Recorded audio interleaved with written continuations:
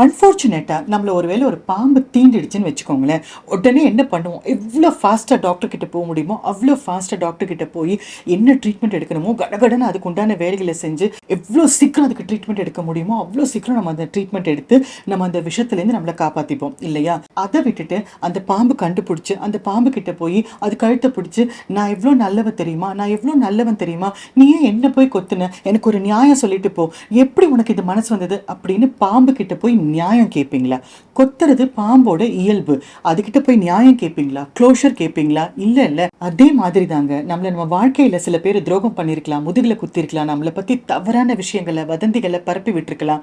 அவங்க கிட்ட எல்லாம் போய் நீங்க க்ளோஷரை எக்ஸ்பெக்ட் பண்ணுவீங்க. உங்களை ஹர்ட் பண்ணுங்கிற இன்டென்ஷன்ல தானே அவங்க பண்ணிருக்காங்க.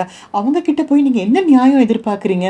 இந்த விஷயத்துக்கு உங்களுக்கு வாழ்க்கையில க்ளோஷர் கிடைக்காது அப்படிங்கிற அந்த ரியாலிட்டியை அக்செப்ட் பண்ணிட்டு அதுலேருந்து வெளியில வந்து நீங்க உங்களுக்கு வேண்டிய தெரப்பி எடுத்து அந்த ஒரு மன கஷ்டம்லேருந்து வெளியில வந்து உங்க வாழ்க்கையை முழுமையா அனுபவிக்கிறதும் என்ஜாய் பண்றதும் தான் நீங்க பண்ண வேண்டிய விஷயம். அதை விட்டுட்டு அவங்க பின்னாடி க்ளோஷருக்காக போறதோ பதில்களை தேடி போறதோ எந்த விதத்திலயும் நமக்கு ஹெல்ப் பண்ணாது. ஏறின விஷம் தான், அதை ஒன்றும் பண்ண முடியாது. ஆனா கண்டிப்பா அந்த விஷத்தோட வீரியத்தை நம்மளால குறைக்க முடியும், அதுலேருந்து வெளியில வர முடியும்.